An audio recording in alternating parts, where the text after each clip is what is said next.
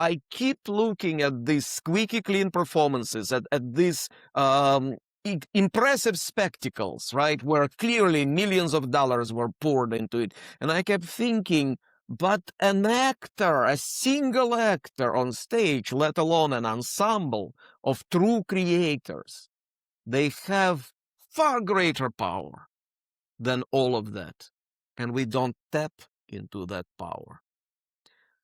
That's what's really very sad, right? And that's exactly why I think we are teaching this school, we are practicing this school, because of course, for it, intuition, inspiration, talent, these higher levels of creativity, they are indispensable. That's what we are shooting for, no matter how simple our exercises may be, right? Because scales are deceivingly simple.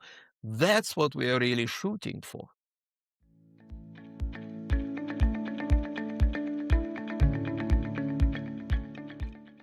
Hello, everyone, and welcome to another episode of Unlocking Creativity, Conversations in the Demidov School.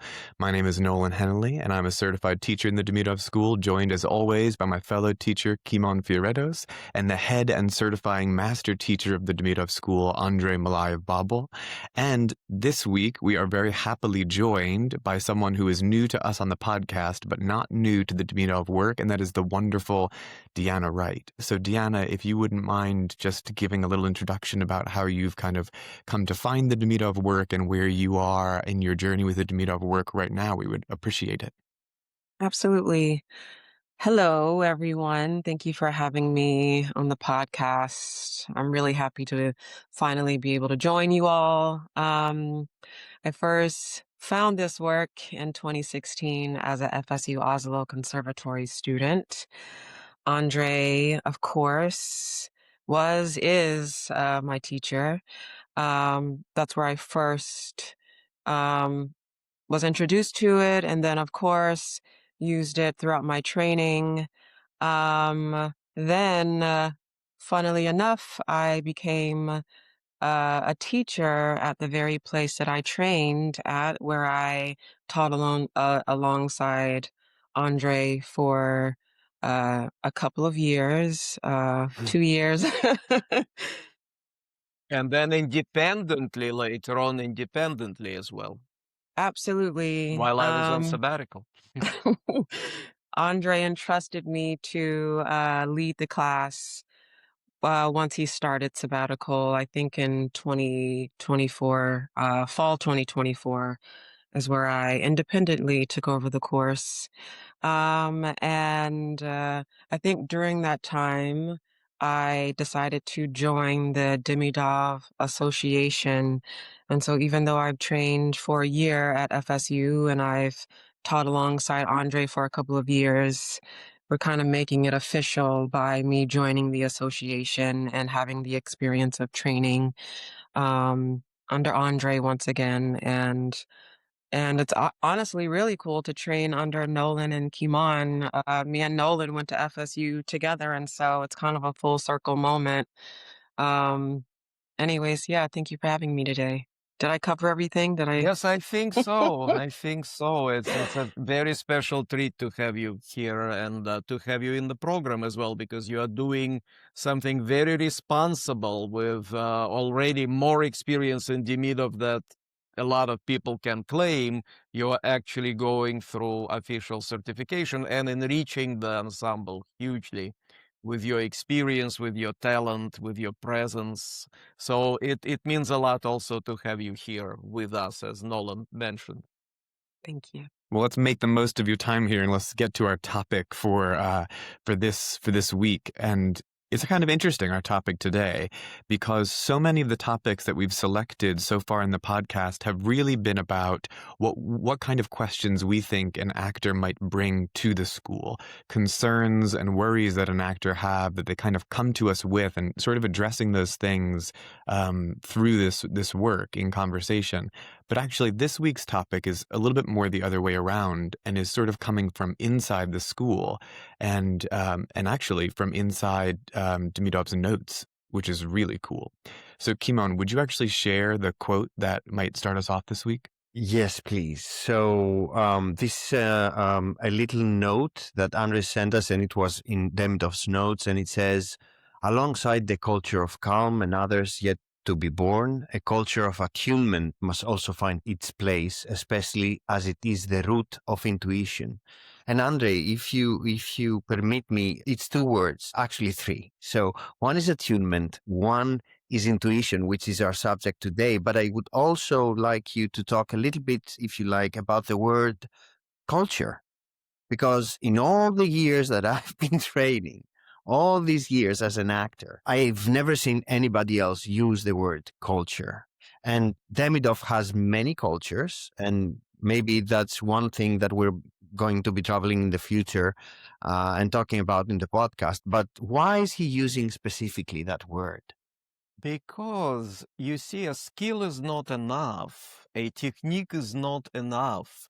What he is after is cultivating something that becomes truly deeply rooted in you and becomes a culture. So I think that is what it is on the level of training, on the level of the presence of certain concepts, right, in the school. It also makes a lot of sense to call it a culture rather than a quality or a technique or a device, because a culture is essential part of a school. A culture is essential part of any phenomenon, ultimately. When it's a culture, something to be cultivated, something so universal, so deep, so profoundly rooted, it just gains a very different meaning. We don't train, we cultivate. And that's a very, very different process, I think, very different result, ultimately different responsibility. That's my take on why it's culture. And thank you, Kimon, for noticing that it doesn't exist in other schools. On this subject, I actually received a wonderful email the other day from someone asking about some of my voiceover work and asking how the Demidov School influences it. And I think they're very new to the idea of the Demidov School at all.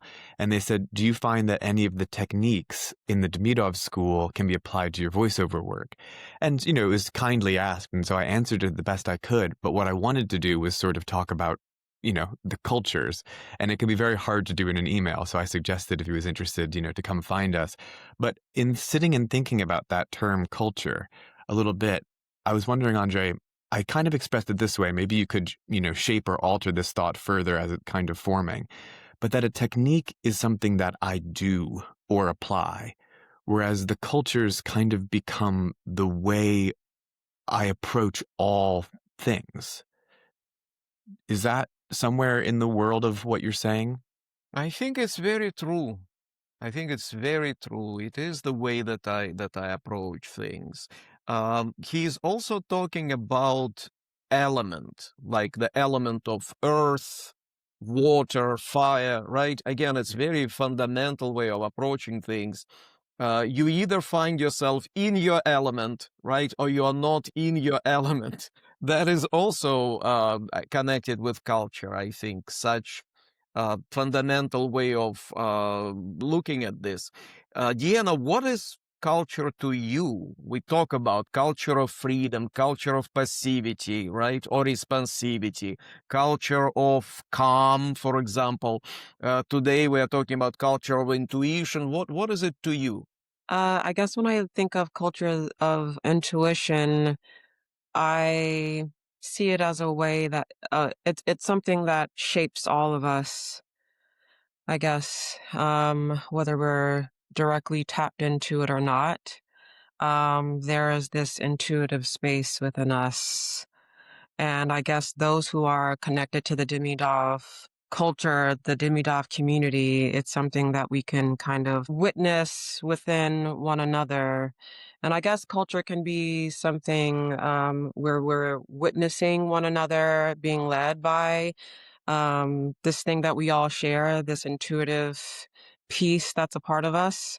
So I guess it's community, and it's something that shapes all of us, and it's something that we're all led by one way or the other, which is kind of a unifying piece to this. So I guess when I think of the culture of intuition, that's one way I guess I can look into it. It's interesting you said it's leading us. We are led by it, right? Hmm. It's very different. Not Absolutely. we are making it happen, right? But it is leading us. What an interesting way of talking about. And what a different way of thinking also in terms of this is something that unites our community, right? These cultures. Beautiful, beautifully put. Kimon, you wanted to talk about also. He uses two words. One is attunement, and then saying must also find its place, especially as it is the root of intuition. And it seems to me that Demidov doesn't present intuition as something mythical, something that you either have or you don't have. But it seems to me that he's saying that intuition is a consequence of the cultivation of all these cultures. And if you just cultivate them, if you allow yourself, then it's going to be an inner condition that's going to come up. I think that's what he means by attunement. But I'm waiting for you to say more about that. Attunement, it's actually not easy to translate, right? Because the word in Russian that Demidov is using is chutkость. And chutkость could be translated as special sensitivity, special receptivity. So there are different ways of translating it, but because sensitivity has other meaning, right? Receptivity, perception, reception, right? They all have other meanings. So far we are choosing attunement. I am attuned with something. I am attuned with, again, right? As DeAnna said, there is a presence of something else, right? With which I am attuned. It's a very different way of kind of shifting the focus off of the Stanislavski and I do, I want, I must, right? I act, to what passivity truly is, my responsivity, my surrender, my green lighting of something else. But in order to green light it, to surrender to it, I have to first be attuned with it. So how do I manage to be attuned with it? And this is where we have to realize one thing. All of these different cultures that we are talking about, of course, are the same thing. Because the culture of calm, for example, is absolutely necessary for us to be attuned, right? To hear the kicks of our intuition, to hear the urges of our intuition, right? We have to be very calm, profoundly calm. So that's why Demidov actually at some point says, well, perhaps there are really not as many cultures, because if you look through Demidov's entire heritage, you're going to encounter mentions of 12 cultures. But then he says, well, at some point, right, and let me see if I can find it, maybe, he says, the chief cultures are few or fewer, such as calm, attunement, surrender, and maybe one or two more, and the rest are included in them. So, for example, the culture of calm in Demidov's perception is including a lot of other things. And we're not going to talk about it now because hopefully, we will be able to talk about the culture of calm. But at the same time, what I'm saying is probably worth considering. Listen, and again, I'm kind of quoting Demidov. These urges might come not from intuition, but from nervousness or from the breaks. You see what an interesting thing. And this is where, especially important, is the culture of calm, the culture of ease, right? The culture of calm, the culture of peace, as he sometimes says, expectant calm. That's interesting, right? Because people, I think, sometimes misunderstand culture of passivity. They look at passivity as I dig my heels in, I'm stubborn, I'm not moving, and people are shocked, possibly because Demidov is preaching passivity, while Stanislavski is preaching activity. So activity, of course, actor, the very word actor has act, right? Activity in it. And how is it that an actor, passive actor, isn't it an oxymoron? Well, if you really think about it, my image of passivity is a veil that is carried by a hurricane. Does that veil look passive? No. It is moving with the speed of the hurricane. It is tossing and turning, right? And yet, think about it. It is completely passive. It's doing nothing. It's just going with the flow. That absolute responsivity to the flow is what passivity is. But Demidov is correct. How do we know that these urges are coming from our intuition and not from nervousness or stereotypical patterns? For example, Stanislavski says, you must always be doing something. And have we not seen actors, DeAnna certainly can connect with it, right, who are immediately jumping into frantic activity? And here comes Demidov with his freedom, green light, whatever comes. And these actors are saying, I'm very sorry, well, that's what comes to me. But isn't it basically nervousness? Nervousness that, oh my God, I'm doing nothing. Oh my God, I must be empty, even though a lot of things are happening inside of me. Oh my God, the audience is bored. Oh my God, Stanislavski says I must constantly be fulfilling actions, and I'm just doing nothing. To these actors, you very well know, right, all three of you are teachers, we always try to preach, listen, you are enough. You are enough. And they come down and they begin to be okay with doing nothing. And Demidovian support comes in, take your time. Well, first correct, right? And then take your time. Why is it that Demidov always says correct when an actor just walks onto the stage or just begins the scene? Because the first panic of the actor is, oh my God, I don't have anything. I'm not really doing anything. I'm not really feeling anything. And that feeling of emptiness, which may or may not be true, because a lot of things can be happening under the radar of your consciousness, which you are not really perceiving at the moment, but deep inside, amazing complex processes are happening, and the audience is actually mesmerized. But I feel that I do nothing, I feel that I feel nothing, I feel that I am empty, and that's when an actor is about to derail and begin to act. At which point Demidov says, correct, and the actor is thinking, wait a second, but I'm doing nothing. Correct, says Demidov, take your time. And the actor says, but my God, inwardly, of course, I'm not really doing anything, but he says it's correct. Okay, well, I guess I haven't burned yet, so I will just keep doing nothing. And then, of course, impression from the partner comes, or a thought, or a mood, and so on and so forth, right? But it's so important to listen to the actual urges of my intuition and to be attuned with it, but without the culture of calm, right?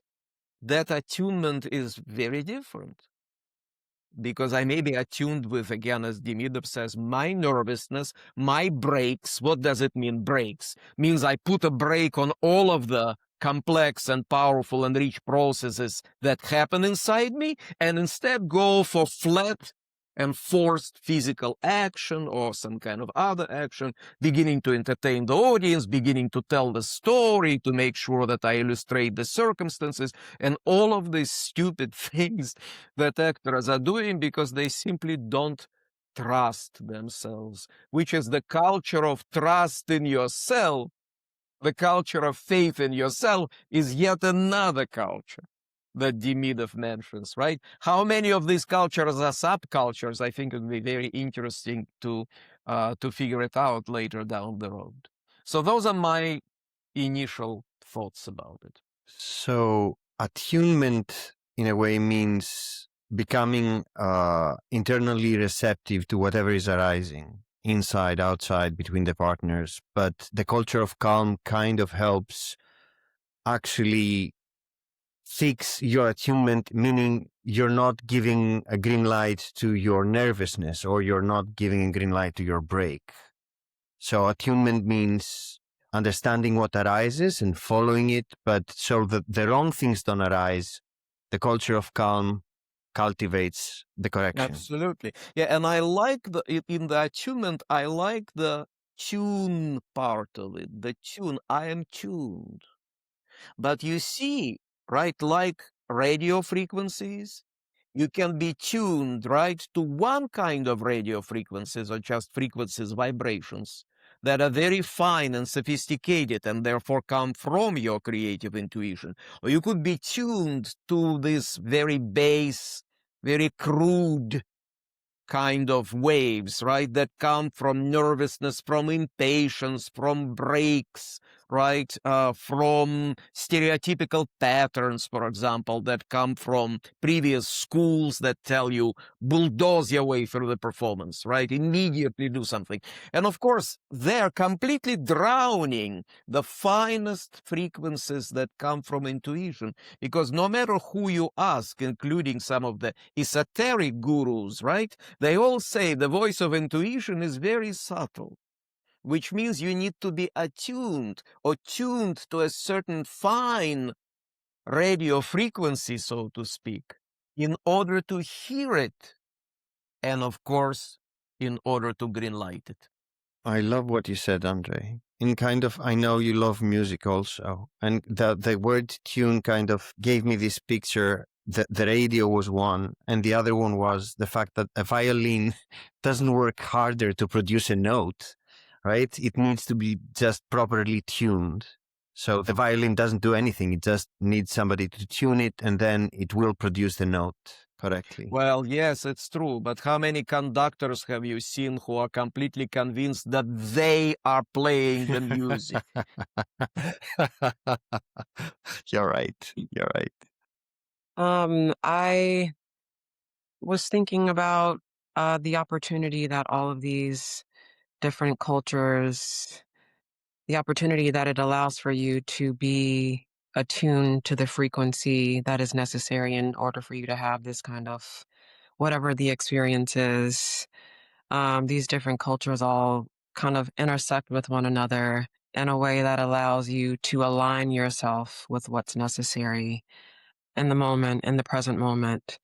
And so, like, if you are tapped into the culture of surrender, if you're tapped into the culture of enough, into the culture of freedom, and, mix in all of the other ingredients from the cultures, the culture of, intuition, that kind of like is everything. It's like handing it to you on a silver platter. Again, whatever that experience, whatever truth the experience is asking for, kind of like all of these cultures allow for you to kind of be grounded. And trust, right, and surrender and hear the right urges, the urges that come from intuition. Absolutely. And Kimon, I think you said it, that Demidov demystified intuition and demystified subconscious. And that's huge, right? Because isn't it the main argument behind the Stanislavskian motto, which is borrowed by every other school, if inspiration fails, use technique. And Demidov says, oh no, only the technique of inspiration is worth anything. If your technique does not include inspiration, does not include access to the subconscious and therefore to the intuition, then what is it for? You will just constantly be falling back on it because it doesn't include the most important thing. Falling back on what? On external technique, of course, right? On imitation. And no matter what a fine imitator you are, doesn't matter what a great external technique you possess, that's not what the audience is there for. I mean, they finally probably will succumb to believe that they're there to see fine acting, or expertly acting, or squeaky clean acting. But listen, what is happening today with theater that is a result of that neglect of intuition, subconscious, inspiration, this kind of attunement to the highest creative forces, right? Demidov talks about subconscious, but he also talks about superconscious. which is something that Stanislavski also repeats, right? That attunement to some of the highest creative forces that are necessary in order for me to play tragedy or to play high comedy, right?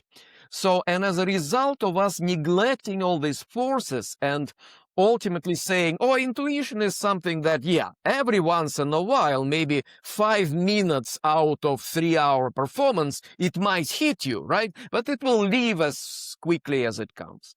And as a result, we have this very interesting situation where ultimately we're no longer there to see the actors. We are there for the totality of the spectacle, or we are there to hear the play, right? And actors, they all look so dispensable. It could be this actor, right? Or it could be that actor. Most of the actors, I can absolutely imagine somebody else instead of them. None of them is indispensable. And therefore, the very art of acting becomes dispensable. And it is the first thing that is dispensed, right? Culture, theater. That's the first thing to be cut when the budget cuts are happening. How do we make ourselves indispensable? And isn't attunement to these higher creative forces where we can, like the actors that Demidov quoted, right? Like Yermolova, Duza, Aldrich, they galvanized the audience. When they performed, they were indispensable because they were clearly not performing out of smart intellectual calculation. When it comes to sets and costumes, you know very well, right? There was nothing to write home about on that front, right? The spectacle was as good as missing. It was really them. But I keep looking at these squeaky clean performances, at these impressive spectacles, right? Where clearly millions of dollars were poured into it. And I kept thinking, but an actor, a single actor on stage, let alone an ensemble of true creators, they have far greater power than all of that. And we don't tap into that power. That's what's really very sad, right? And that's exactly why I think we are teaching this school, we are practicing this school, because of course, for it, intuition, inspiration, talent, these higher levels of creativity, they are indispensable. That's what we are shooting for, no matter how simple our exercises may be, right? Because scales are deceivingly simple. That's what we are really shooting for. Are we succeeding? Well, that's a question for you, probably.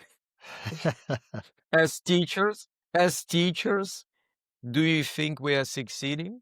If I consider what the school that we're teaching does, I think we do. Very small numbers and slowly, but I think it's gaining track. That's what I think. And I think anybody who comes from a different kind of technique or different kind of school of thought, when they are touched by the finger of Demidov, I think it's very hard for them to go back. Intuitively, since we're talking about that, they know that this is right. And what they've been doing is close, but not close enough. And to be honest, what you said, Andrei, kind of reminded me of how Demidov starts in his book talking about bel canto and how this was an art that was lost. It was gone by composers, by people in the opera, and they kind of analyzed and broke down the process, and the art of bel canto was lost. And it made me think that maybe we have been losing the art of acting, making it dispensable for all these years and trying now to make it back into being indispensable, the art of the actor. Absolutely. Well, let's talk a little bit about how we are engaging intuition as teachers, right? We are obviously sharing this school not only with our constituency, which is actors already enrolled in the certificate program. And we have several tracks now of this program and very successful ensembles that have graduated. We are also teaching it through a series of introductory weekend kind of classes now. And actually, one of the reasons we are talking about the culture of intuition is that the culture of intuition is going to be a theme of the upcoming weekend masterclass. Well, I don't want to say it's upcoming because it's at the end of February, right? But obviously sharing this with people who are yet to be introduced or who are beginning to be introduced is very important. But what is it that we are already doing with our actors, and what is it that we are trying to introduce our actors to? I want to talk about it in a very specific way, if it's all right. And I have a question for DeAnna there, and then for Nolan and for Kimon. But now, Nolan and Kimon, you have time to prepare. DeAnna, you were directing with Demidov, right? You actually directed a show which was heavily relying on physical actions, correct? Mm-hmm. Where physical actions were there because the characters in this play were actually cooking professionally throughout the entire play, correct? Mm-hmm. And can you remind us what the title of the play is and who the author is? It was Clyde's by Lynn Nottage. Exactly, Lynn Nottage's Clyde's, right? Happens in the kitchen, right? And these actors are constantly making these sandwiches, right? Constantly preparing. It's a non-stop action, ultimately. And certainly the temptation is to choreograph everything and to begin by just drilling and drilling and drilling the choreography of what is supposed to be a professional skill for these people, right? So seemingly, right, you have to choreograph it, you have to drill it, but is it possible to rely on intuition in this case? Could you talk to us about it? How did you go about it when you were facing this? Yeah, I encourage the actors to always kind of go inward to discover what's going to be necessary to tell the story. Go inward first before you start, before you do anything really. Going inward and tapping into that intuitive space will ground you in a greater truth to be able to tell the story. And that's what I every day encourage them to do, is to sit intimately with these humans that you're tapping into. I would encourage just intimate time. Not a lot of doing, but everything is about being. And so if you've anchored yourself through your inner space, then that would allow you to find flow with all of these different active movements that we're constantly going for the show. The show requires that. And so how can we find a flow of this world that allows us to have a deep sense of calm, even though there is a specific scene where I think Raphael is kind of he's an octopus. He needs arms everywhere. He's the only one left in the kitchen, and Yeah, so there's a moment like that when everybody abandons him, yeah. And the orders keep coming. Right, exactly. So he is actually meant to be frantic. He is meant to like morph into or transform into an octopus somehow. But also, how can we have you embody this moment without the inner chaos? And So the culture of calm played into that moment as well, because probably he needed it more than anything else at that time, right? right. And it was being intentional about the culture of calm through the great sleep of the body. And this is not something that we would do weekly, but this is something that I would remind them that they could tap into at any moment. It doesn't have to be a huge ceremony about it, but just know that it is there. for you to kind of, again, anchor yourself into, so that when you step into this moment, again, there is no evidence of chaos. There is no evidence of this human being frantic, but it's simply moving through space as you are intuitively led. And so, I guess I just never wanted them to forget about this interior life that is moving you through the space. And that interior life is defined through your intuition. Yeah. So what you're saying is character facilitation, character accumulation, right? You are encouraging them first and foremost to become the human beings who cook rather than worrying about the physical aspects of the cooking, right? Which Sure. is a temptation, of course, to go and tightly choreograph all of it. As a result, right, when things didn't go according to plan, they were fine with it, and actually it became part of their lives as characters, rather than, oh my God, I just dropped something. Oh my God, something just happened. There was a wonderful moment when I think one of the characters was telling everybody about hygiene and how it should be done, right? And then she dropped that sandwich and then immediately picked it up and carried it to a customer, right? So things like this were happening, which obviously, right, were hugely contributing to what was going on. But it's interesting, DeAnna, that you're talking about finding characters through intuition, letting characters shape organically by the power of the subconscious, being attuned to character and not worrying about the nitty-gritty of the choreography, so to speak, which is how any other director probably would have worked on it. They would be afraid to waste a single moment, right? They would go straight to choreographing this amazing variety of physical actions connected with, kitchen and so on. But I always felt when I watched the show that it took care of itself because the characters were there. Absolutely.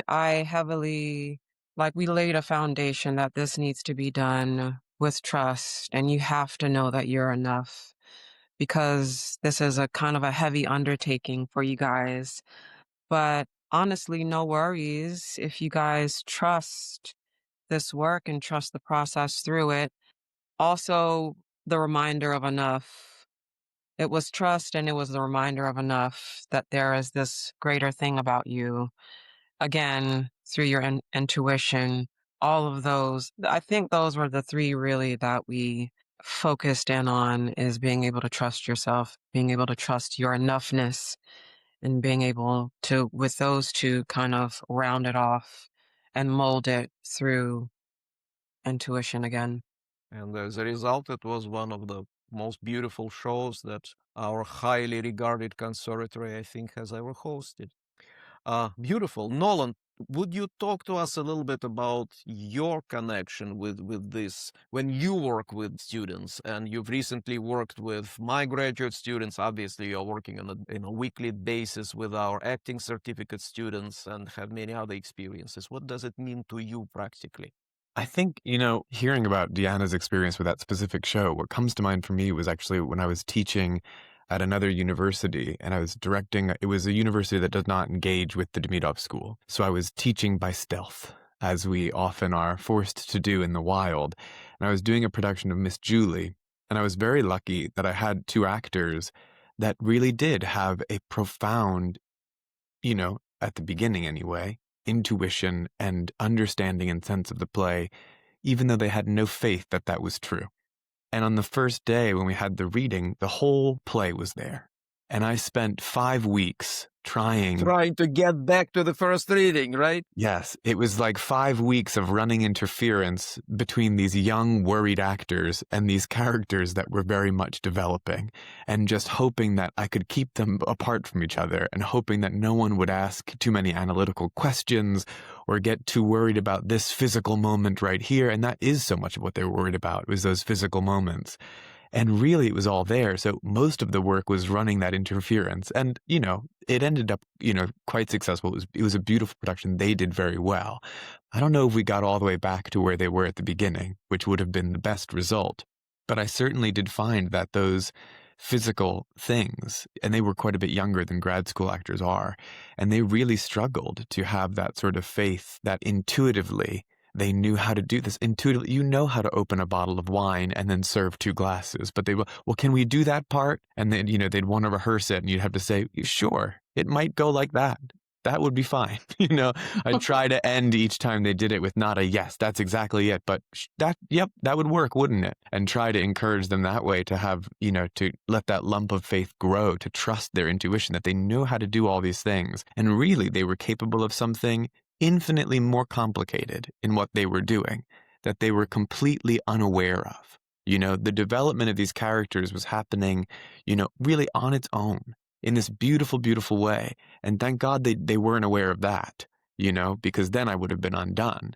But yeah, the power of intuition. And in plays like that, there, you really have a microscope on it because you're really only working with 2 actors. But yeah, that's what comes to mind. And I think it was, if only they, had the time, or I had the time to work with them in this school in a more true way, I wonder what we could have accomplished if we really could have spent the time encouraging, their development along the lines of these cultures. But yeah, it was still a wonderful time.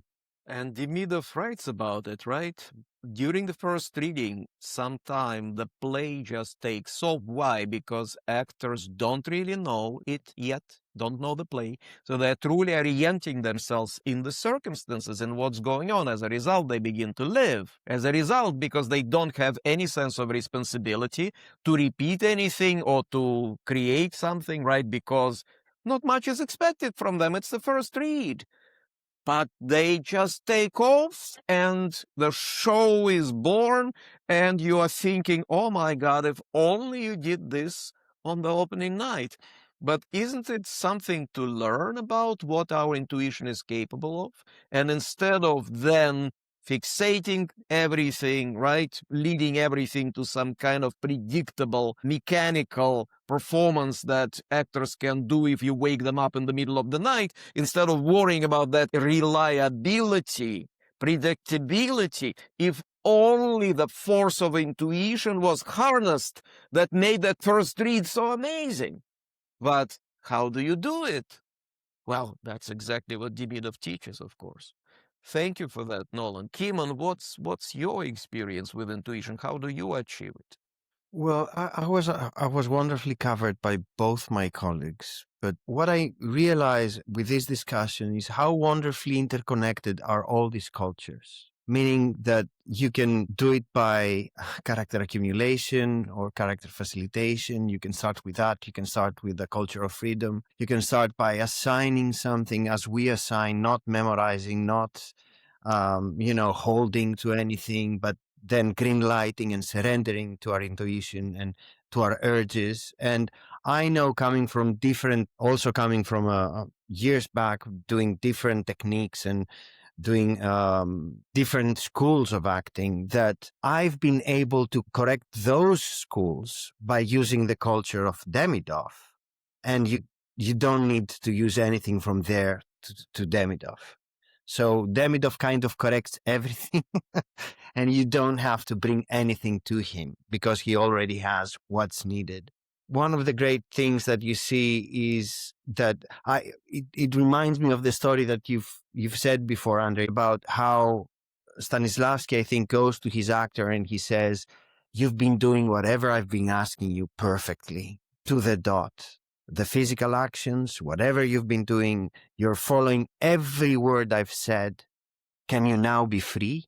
And the actor asks, "Yeah, how?" And he says, "I don't know what to tell you about that." But Demidov does, and that's the difference. Nolan, can we top that? No, I think that has to be our beautiful ending for this week. I will share this one last thing, which was I was lucky enough to get to substitute teach for a week for one of our cohorts that I'm not the regular teacher for, the first year cohort right now. And as I went in to introduce myself, a couple of them said, "Oh, I know you. I've seen you on the podcast." And I thought, you've got to be kidding me. What a wonderful, wonderful thing. I was so surprised. And so I guess I'm bringing that up to say, if you're listening this, if you're hearing this, if this is reaching you, We really can't wait to see you. And if you've made it this far into the podcast, something about this is probably ringing one of your bells. And if that's happening for you, then it's time to, join a workshop. Come in, put your feet in the water and see and experience it for yourself. Because really, this is a practical approach. And so by experiencing it, you will learn infinitely more than listening to us talk. Although we like to have you listen to that too. So February 21st and 22nd, the Demidov School unlocked the culture of intuition in practice. Join, because this weekend masterclasses fill very, very quickly. Yes. And all the information for, all of those courses is going to be in the description below this video. So check it out, and we hope to see you there. Have a good one. Bye, everybody. Thank you. Bye.